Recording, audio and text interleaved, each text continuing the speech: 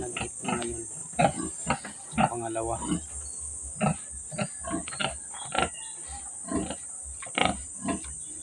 Good morning.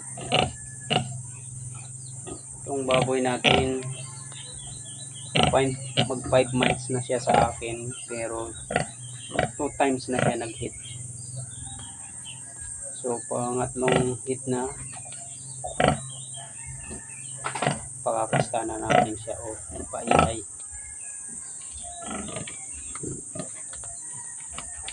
Sing din itong isa. Katatapos lang nito mag-hit sa pangalawa.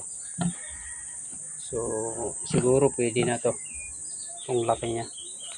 Kaya pa sunod na mag-hit siya, paiiay na natin or pabulugan.